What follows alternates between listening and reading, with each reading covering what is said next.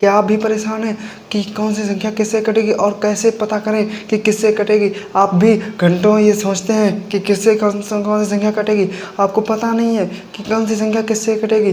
तो आज हम इसी के बारे में डिटेल से और पूरे वीडियो में अच्छे से समझाने का प्रयास करेंगे, जिससे आप लोगों का ये डर बिल्कुल दूर हो जाएगा और आप लोग अच्छे से समझ जाएंगे कि कौन सी संख्या किससे कटेगी। तो आपसे ये आपकी परेशानी नहीं लगेगी आपको, और आप इसका 2 सेकंड में आप पता कर सकेंगे कि आपकी कौन सी संख्या से कटेगी। तो आइए बिना देरी के वीडियो को करते हैं स्टार्ट। यदि आपने अभी तक इस चैनल को सब्सक्राइब नहीं किया है तो जल्द से जल्द सब्सक्राइब करें और बेल आइकन पर क्लिक करना बिल्कुल ना भूलें, जिससे आपको तुरंत नोटिफिकेशन मिल सके कि आपके लिए एक वीडियो हमने अपलोड कर दी है और आप उसे देख सकते हैं। और आप बिल्कुल भी एक भी वीडियो हमारी मिस ना करें, जिससे आप लोग मैथ का फुल आपको ट्यूटोरियल दिया जाएगा, जिससे आप लोगों का मैथ से डर तो क्या आपको मैथ बहुत ही इंटरेस्टिंग लगने लगेगा। तो आइए बिना देरी की वीडियो पर बात करने वाले हैं सब डिविजिबिलिटी रूल के बारे में। तो आइए बिल्कुल से शुरुआत करते हैं 0 से, यानी 2 से। तो 2 से जब भी कोई संख्या, कौन सी संख्या आपको 2 से काट सकते हैं और कौन सी संख्या नहीं, इसके बारे में चलो बात करते हैं डिटेल से। तो क्या है डिविजिबिलिटी रूल ऑफ 2। तो 2 से अगर आपको कोई भी संख्या डिविजिबल करनी है, यानी आप लोग अगर 2 से कोई संख्या काटना चाहते हैं, तो आपको पता ही होता है कि कोई संख्या काटने के लिए उसके टेबल में आनी चाहिए। तो उसके टेबल में आप लोग ये ध्यान रखें कि 2 का टेबल अच्छा है। इसमें क्या 2 बन जा 2, 2 2 या 4, 2 3 या 6, 2 4 या 8, 2 5 या 10, यानी इसमें 2 आ रहा है इकाई अंक या फिर यूनिट डिजिट। 2 के बाद 4, 4 के बाद 6, 6 के बाद 8, 8 के बाद 10, 10 में 0। तो यानी यदि किसी संख्या के इकाई का अंक 2 हो या 4 हो या 6 हो या 8 हो या 0 हो, तो वह संख्या आपकी 2 से पूर्णतः विभाजित हो जाएगी। आप लोग इसके अब एग्जाम्पल लेकर भी इसे समझ सकते हैं। जैसे अगर हम कोई एग्जाम्पल लेते हैं 32, इसमें देखो आप लोग लास्ट में कितना आ रहा है 2, 48 हो गया, इसमें लास्ट में 8 आ रहा है। और 30 हो गया, इसमें लास्ट में 0 आ रहा है। और 42 हो गया, 46 हो गया, इसमें लास्ट में 6 आ रहा है। और इसके बाद में 2 हो गया, 2 4, और इसके बाद में 64 हो गया, इसमें लास्ट में 4 आ रहा है। ये संख्या आप लोग चेक कर सकते हैं 2 से डिवाइड करके, ये पूर्णतः डिवाइड हो जाएंगी और इसमें शेष नहीं आएगा, अर्थात ये 2 से पूर्णतः विभाजित हो जाएंगी। तो आप लोग इसे चेक कर सकते हैं। जैसे हम इसे चेक करें तो 2 से अगर इसे काटोगे तो 16 आएगा, इसमें 2 से काटोगे तो 24, और इसमें 2 से काटोगे 15 आएगा, इसमें 2 से काटोगे 23 आएगा, और इसमें यदि आप लोग 2 से काटोगे तो 32 आएगा। तो आप लोग चेक कर सकते हैं ये सभी संख्या 2 से डिवाइड हो गई हैं। यदि किसी संख्या के इकाई का अंक या फिर यूनिट डिजिट 2 4 6 8 0 होता है, तो वह संख्या पूर्णतः किससे आपकी 2 से पूर्णतः विभाजित हो जाएगी। इसके बाद बात करते हैं 3 का डिविजिबिलिटी रूल। तो 3 के डिविजिबिलिटी रूल 3 का क्या होता है, यदि किसी संख्या के अंकों का योग, यानी डिजिट जो सम होता है, डिजिट सम, वो किससे 3 से डिवाइड हो जाता है पूर्णतः, तो वह संख्या भी आपकी 3 से पूर्णतः विभाजित हो जाएगी। क्या है, यदि 3 का डिविजिबिलिटी रूल क्या है, यदि डिजिट सम या फिर अंकों का योगफल 3 से पूर्णतः विभाजित हो जाता है, तो वह संख्या भी 3 से पूर्णतः विभाजित हो जाएगी। आप लोग इसे तुरंत पता लगा सकते हैं कौन सी संख्या 3 से विभाजित होती है। तो आइए देखते हैं। जैसे कोई संख्या हो गई आपकी, आप लोग जानते हैं कि 36 3 से विभाजित हो जाता है। तो आप लोग इसमें 3 और 6 को ऐड करेंगे, कितना आएगा 9, और 9 आप लोगों को 3 से डिवाइड हो जाता है, तो ये संख्या आपकी 3 से पूर्णतः विभाजित हो जाएगी। आपको ये इतना समझ में आया होगा। और इस प्रकार और भी कोई बड़ी संख्या ले सकते हैं, जैसे 13। तो ये संख्या आपकी हो गई। इसमें देखें, चेक करते हैं कि जो 1 और 3 कितना हो गया, ये संख्या आपकी डिवाइड नहीं होगी, पूर्णतः विभाजित नहीं होगी। चेक करते हैं। जैसे आप लोग इसे ऐसा भी कर सकते हैं, जैसे 3 अलग कर सकते हैं, 3 और 3 2 या 6, जो 3 के टेबल में आए वो अलग कर सकते हैं। 3 और 3 2 या 6, 1 बचा, तो ये 1 नहीं कटेगा 3 से, तो ये संख्या 3 से नहीं कट सकती है। इस प्रकार भी कर सकते हैं। या फिर आपका अगर आप लोग ऐड करना चाहें तो 3 6 9 और 9 18 होगा, 18 और 1 हो जाएगा कितना 19, और 19 3 से कटता नहीं है, तो ये संख्या कटेगी नहीं। आप लोग इस प्रकार से कर सकते हैं। और यदि इसमें इतना ही होता तो ये पूर्णतः आपकी 3 से कट जाती। अलग आप लोग इस प्रकार भी कर सकते हैं। ये शॉर्टकट है आपको जल्दी से पता करने का कि कौन सी संख्या कटेगी या फिर नहीं। तो अब इसमें आप लोग और संख्या अगर चेक करें 2 3, 6 हो गया। तो ये संख्या आप लोग देख सकते हैं, इसमें 5 और 6 कितना हो गया 11, और 11 3 से कटता नहीं है, तो यह संख्या 3 से नहीं कटेगी। और यदि कोई संख्या कटती है तो उसके अंकों का योग जैसे ऐसा हो गया 3 और 9, तो इसमें आप लोग 3 और 9 कितना होगा 12, और 12 आप लोग 3 से डिवाइड करेंगे तो पूर्णतः डिवाइड हो जाएगा। तो इसलिए जो 39 है वो 3 से पूर्णतः विभाज्य हो जाएगा। तो आई होप आपको 3 की डिविजिबिलिटी, जो 3 का रूल है वो आपको समझ में आया होगा। इसके बाद बात करते हैं 4 का डिविजिबिलिटी रूल।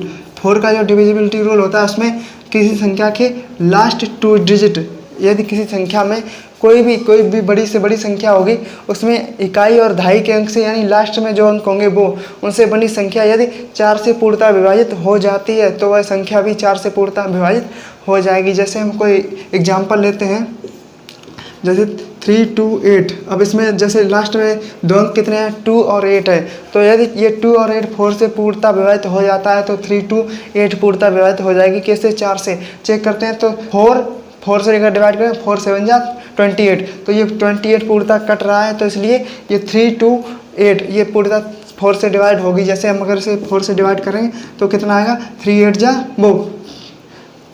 4 8 जा 32 और 4 2 जा 8, तो ये पूर्णतः विभाजित हो चुकी है। आप लोग इसी प्रकार के चेक कर सकते हैं। जैसे अगर और भी कोई संख्या हो गई 3 5 6 4, तो इसमें ये 2 अगर डिजिट आपको दिखाई दे रही है कि ये 2 की संख्या भी 4 से कट जाएगी, तो आप लोग इस प्रकार चेक कर सकते हैं। तो ये भी संख्या आपकी कट जाएगी, चेक कर लेना आप लोग। और इसी प्रकार यदि आप लोग ऐसे 3 6 3 2, तो ये भी संख्या आपकी किससे 4 से पूर्णतः विभाजित हो जाएगी, क्योंकि इसमें 32 पूर्णतः विभाजित हो जाता है, इसमें 64 पूर्णतः विभाजित हो जाता है। तो आई होप आपको 4 का डिविजिबिलिटी रूल अच्छे से समझ में आया होगा। इसके बाद बात करते हैं 5 का डिविजिबिलिटी रूल। 5 का डिविजिबिलिटी रूल क्या होता है, यदि किसी संख्या के दो 5 का टेबल होता है, इसमें 5 बन जा 5, 5 2 या 10, यानी 5 आया इकाई अंक और फिर 0 आ गया, फिर 5 3 या 15, 5 4 या 20, फिर 5 फिर 0। तो यानी यदि किसी संख्या के इकाई का अंक यानी जो यूनिट डिजिट होता है वो यदि क्या है 0 हो या 5 हो, तो वह संख्या 5 से पूर्णतः, जैसे कोई भी संख्या वह 5 से पूर्णतः विभाजित हो जाएगी।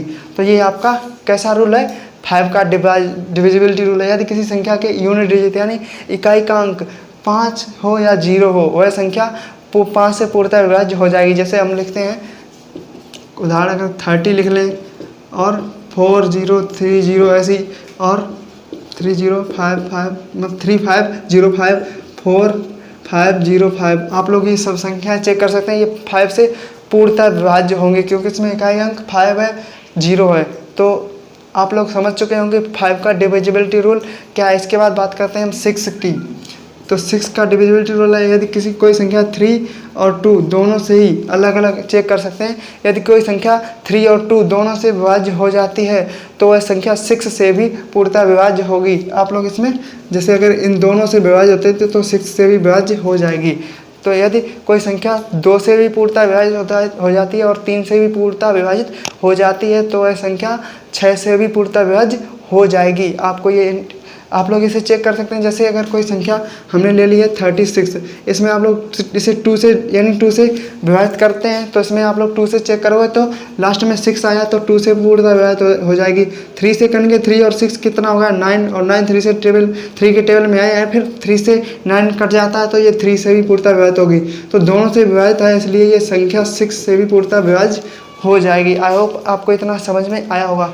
और भी देखते हैं, यदि कोई संख्या हो गई 84, अब ये 84 है, इसमें आप लोग चेक कर सकते हैं, इसमें ये 2 से विभाज्य होगी क्योंकि इसमें इकाई अंक कितना है 4 है, और इसमें ये 3 से विभाज्य होगी क्योंकि 8 और 4 12 है, यानी 12 3 से पूर्णतः विभाज्य है, इसलिए ये संख्या पूर्णतः 3 से भी विभाज्य होगी। और इसलिए दोनों से 2 और 3 दोनों से अगर विभाज्य है तो वह संख्या 6 से भी पूर्णतः विभाज्य हो सकती है। ओके, इसी प्रकार और भी आप लोग संख्या ले सकते हैं, जैसे 1 2 6 हो गया। ये भी संख्या आप लोग चेक कर सकते हैं, इसमें 2 से ये कट जाएगी और 3 से भी कट जाएगी, इसलिए ये संख्या 6 से भी पूर्णतः विभाज्य हो जाएगी। आई होप आपको इतना समझ में आया होगा कि 6 से विभाजित होने के लिए आपको वैसे ये जरूरत अभाज्य गुणनखंड करने पर 6 की ज़रूरत और 4 की ज़रूरत नहीं पड़ती है, लेकिन जैसे कंपटीशन लेवल एग्जाम में अगर आप लोग हैं तो ये अगर आप लोग वीडियो देख रहे हैं तो आपके लिए भी ये बहुत ही इंपॉर्टेंट वीडियो होने वाला है। तो आप लोग इस वीडियो को अंत तक जरूर देखें, अच्छे से समझें। और ये हमने अच्छे शॉर्टकट में लिखा है, आप लोग इसे अपने नोट्स में अच्छे से लिख सकते हैं। क्या है, यदि किसी संख्या के इकाई का अंक यानी यूनिट डिजिट, यहाँ पर जैसे हम लिख सकते हैं यूनिट डिजिट,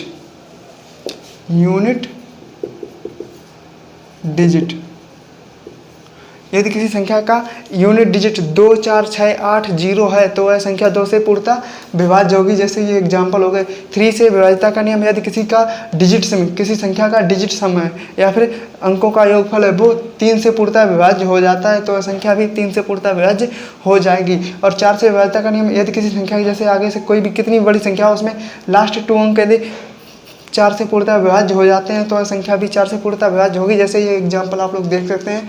और इसी प्रकार यदि 5 से यूनिट डिजिट अगर आपका 0 है या फिर 5 है तो वह संख्या आपकी 0 से 5 से पूर्णतः विभाज्य हो जाएगी। आप लोग इसमें एग्जांपल देख सकते हैं। और ये 6 से यदि किसी संख्या को हम 2 से और 3 से विभाज्य करें, पूर्णतः विभाज्य हो जाए तो वह 6 से भी पूर्णतः विभाज्य होगी। या फिर वह संख्या क्या है, यदि कोई संख्या 2 और 3 से पूर्णतः विभाज्य हो जाती है तो वह संख्या 6 से भी पूर्णतः विभाज्य होगी। आई होप आप इतना समझ चुके होंगे। अब 7 का चेक करते हैं। 7 का क्या है, यदि किसी संख्या के जैसे कोई संख्या है उसमें लास्ट कोई डिजिट है, ठीक है, उसका अगर हम 2 गुना करें और आगे से उसे माइनस कर दें, ठीक है, आगे जो भी संख्या बचे उससे माइनस कर दें, फिर बची हुई संख्या यदि 7 से कट जाए तो वह संख्या 7 से विभाज्य होगी। और यदि फिर से बड़ी संख्या बचे तो फिर से यही रूल फिर से दोबारा अपनाते हैं। जैसे हम एक संख्या लिखें, जैसे हम संख्या लिखते हैं 2107।